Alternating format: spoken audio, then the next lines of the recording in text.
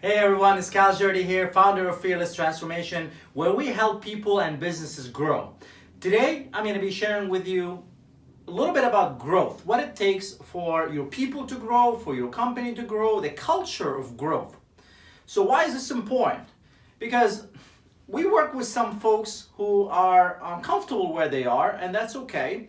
However, with this day and age, when everything is just moving so fast, with technology and with new talents coming out of colleges, and everything just going so fast, with that, if you are not growing, that means you're getting stagnant. So I know some clients we're working with where their staff are not so much bought into that culture of growth. As a result, they end up being stagnant. They're getting being comfortable, okay? And because they're being comfortable, others are coming into the organization and they're taking their place. Because if they're not bringing value, then they are not being able to feel like they are valuable. So if they're not bringing value, they are not feeling valuable by their peers, by their organization, and more importantly, within themselves. They feel they're not bringing value. As a result, now their motivation goes down. And now because they're not motivated, now they are not walking into their culture with that enthusiasm. As a result, others, they really try to avoid being with these folks. And as a result, they eventually get isolated. And at some point, they become more of a wrench in that wheel. And at some point, every wrench will be taken out. On the other hand, I know some folks who are bought into the culture of growth. As a result, they keep working on themselves. They learn new skills. They step into projects and they take on new projects that they're not comfortable with. They don't know how to do, but they raise their hand regardless. Why? Because they ask questions in the process. They're willing to fail, and as a result, they learn so much faster. And as a result, their folks, their peers, their leaders, they find them very valuable, and they earn the respect and the trust of their peers. And with that being said, then they are moving forward and faster than anybody else. So anytime there are opportunities for promotions, accolades, bonuses, these folks, they're always being seen, and they are feeling fulfilled. They're just happier people overall, and people want to be around them and they want to contribute to them. And when they fail, that's when they flock towards them to help them out. Why? Because they already stepped up into that discomfort and they're willing to learn and they're willing to grow. Okay. So now, what is growth? Growth is being able to be comfortable with the discomfort. Okay? Being comfortable with the discomfort meaning if something that we don't know how to do, yet we know we can learn something from it, we will jump at it. We're willing to take that on. Okay? Growth means that we're able to ask questions and be humble to ask questions when we don't know the answer. Growth means being able to fail, willing to fail, and then learn from that failure and keep moving forward regardless. Okay? I think Rocky Balboa said it best when in one of the scenes he's talking to his kid. He's like, kid, you can go out and point fingers out there that it's their fault. It's they did this to me, and everything is out there. But that's not who you are. Winners don't point fingers. Winners, they take responsibility. They're willing to fail and they stand up and they keep moving forward regardless. And that's what winners do. Okay, so look at this, for example, here. Okay, growth, it's not easy. It's discomfort. That's just right off the bat. But only growth takes place when you are not comfortable. So there will be like steps going up. Sometimes will be swamps you're going in. Sometimes there's hurdles in the way, and many times you're gonna fall and you're gonna go into a dip. Okay, that's only time when we're able to grow is when we're failing. So if you're not failing enough, that means you're not growing. Okay, so the key for growth is fail as fast as possible. Get the failure out of the way as fast as possible. The faster you fail, the faster you grow. Okay? So, step number one is you're going to be able to be willing. If you're not willing, then there's nothing could happen. You can take the horse to drink, but you know the horse will never drink. You know that I heard the saying before.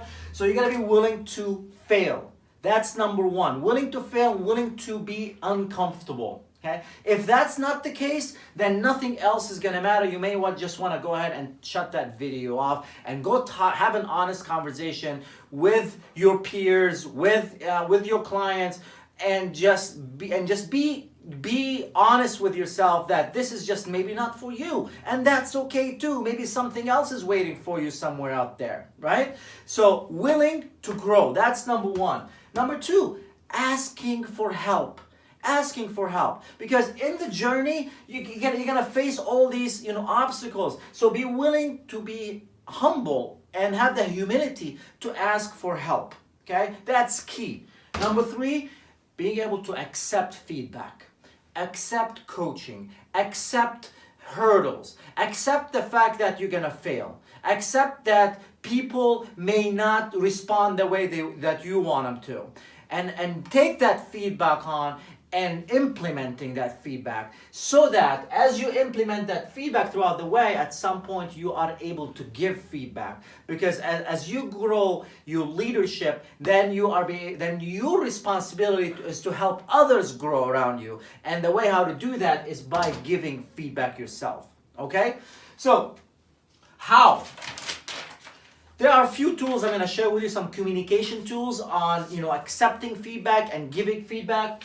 But let's start with accepting feedback first. In order for you to be able to accept feedback, is first you're going to be able to listen.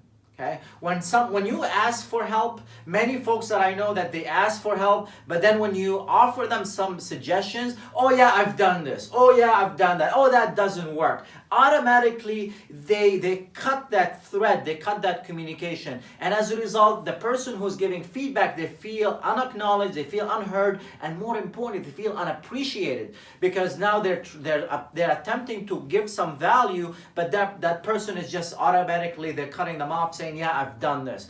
Even if you've done this, just listen, because there will be nuggets throughout the way. And if you just listen, something else is going to come that is going to make a difference for you. But you got to be able to be willing to listen without interruption and have the humility just to say, okay, I got it. I understand. Anything else that I'm missing? Is there anything else I need to do? Okay? That it just encourages the other person, your mentor, your coach, to be able to give you more of what they have, because people in nature, they want to help one another. Okay? So listen. Be able to listen with no interruption, with eye contact, and be able to face them, match them, mirror them, as you are just sitting in silence and just like nodding your head and listening and taking everything in. If you want to bring a notepad, that would be even better. Do you mind if I take some notes? That is beautiful, right? So bring something and just start taking some notes. Now it's a sense of you can capture everything in, and it shows the other person that they want to give you more now, because they see you how serious you are in accepting and receiving their feedback. Okay, so humility is key for this. Okay, so how to give feedback? One tool that works a lot, really good for me, is on this tool called Like Best Next Time. Okay, Like Best Next Time, LBNT. So most people, when they give feedback, they go straight into what's wrong. Okay, oh the way you did this is just not right. This is not the right way. You got to do it that way. That could work if you have really good rapport with someone, you have good trust, you're really close. However, for the most part in organizations, that doesn't work so much. As a result, it gets the wall to go up, and people, they don't want to listen to you. So if you're giving feedback, always start with something positive. Like best. What do you like best about that, the thing that you see in front of you? What do you like best about the behavior from that other person? Then you follow it up with next time what you want them to do. Okay, so start with a positive, follow up with a constructive, right? So I like best that you delivered the report on time. Next time, would you please include the financials in it? Okay, it's very simple. I like best that you are offering help to John, next time, would you please come and discuss that with me before, so that she won't feel like she's being talked down at? Okay, so start with a positive, then follow it with a constructive. That is key. Okay, when you start with a positive, now they drop the guard, they're willing to listen to you. Another way you can deliver feedback is by what you call it the sandwich. Okay, so how are you able to sandwich a feedback in? Basically, you start with a positive, okay, and you end with a positive. So you start with a positive and you end with a positive, and you go ahead and you sandwich in the constructive. I don't want to say it's negative, it's more of a constructive. So, I like best that you showed up on time. I appreciate if you could have your computer fired up and ready by 8 o'clock. And when you're around, by the way, things gets to move really fast.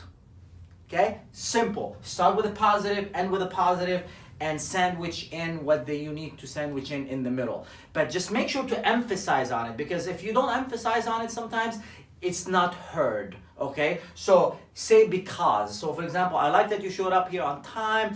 Next, please have your computer fired up and ready by 8 o'clock, because when this has happened, now everybody is moving on the same page and we're getting more productivity done, and now we don't have to get leadership to come and give us any feedback on that. And by the way, when you're around here, things have to move really quick, very smooth. We appreciate your efforts. Okay? So emphasize on the constructive and then finish it with a positive. All right? So your assignment, my challenge to you till next time we meet, is go out there and ask for help. Raise your hand for projects, raise your hand for tasks that you are not comfortable with, and ask for help on how to be able to accomplish it so that you can grow, okay? Remember, comfort is the death of growth, okay?